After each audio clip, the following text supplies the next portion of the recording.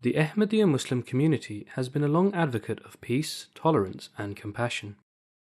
Following the recent attacks in Westminster, which saw approximately 50 people injured and 5 dead, the Ahmadiyya Muslim community held a remembrance service in honor of those who lost their lives and to solidify and further strengthen the motto of love for all, hatred for none. The event was attended by various members of parliament, local faith leaders, as well as various external media. The service began with the recitation of the Holy Quran, which was then followed by remarks from various MPs and local religious leaders, condemning the attack. At times like this, it is vital that we all come together. London is a great city of diversity where many different cultures live peacefully alongside each other.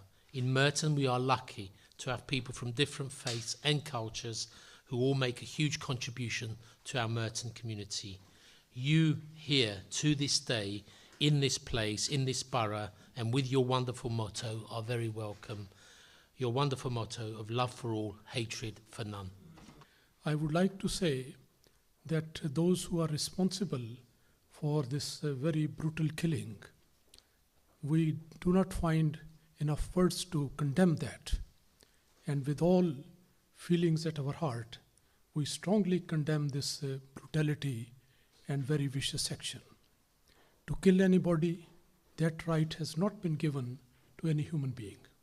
So therefore, those who were responsible for that, maybe one or two or so many behind them, all are criminal. And they have done great injustice to themselves, to humanity, and to this very peaceful country. As we come here today to remember those who lost their lives, those who were injured, those who have been affected, the families and friends of this atrocity, and when we remember those many more who will find they are drawn into the situation through the reaction of others, let us remember that we stand together in love for all and hatred for none. When I went to Trafalgar Square for the vigil yesterday evening, I was absolutely in admiration that the first people I recognised were people holding up a banner which said, and you'll be familiar with this, love for all and hatred for none. I know that you, as the Ahmadi community, should never have to justify your faith, but it is right and it is our duty that we speak out against the distortion that people purport to be Islam, which clearly is not, as we've heard, as we know, Islam means peace. Following the remarks by the dignitaries, Mr. Rafiq Ahmed Hayat, the National President of the Ahmadiyya Muslim Community UK, expressed the community's sympathy for the victims and the others who were affected by this attack, and went on to condemn the attack. We would like to, firstly, send our deepest condolences to those affected on that day. The Ahmadiyya Muslim community strongly condemns the barbaric act, and our sympathies and prayers are with the people of London and all those affected. Such violence against innocent people can never be justified under any circumstances and has no association to the true and peaceful teaching of Islam. To quote the words of His Holiness Hazrat Mirza Masrur Ahmad, the Khalifa of the worldwide Ahmadiyya Muslim community, those who shed the blood of the innocent have nothing to do with Islam and the Holy Prophet, peace and blessings of Allah be upon him.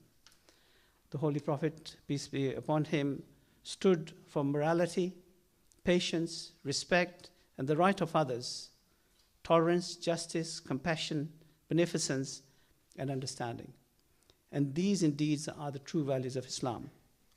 What happened on Wednesday was tragic, and first and foremost, our thoughts and prayers are with those victims and their families. Indeed, a very painful incident made worse by the loss of life and horrific injuries. Let us be very clear that there's absolutely no justification for such acts. No religion condones murder, and it pains us that such acts are carried out by murderers who claim to act in the name of religion. These are basic criminals. They have nothing to do with faith whatsoever. We saw that the same happened in the case of drummer Rigby, where they showed violent acts, and this was nothing to do with faith. This was pure criminals who were on the streets of London try to commit atrocities.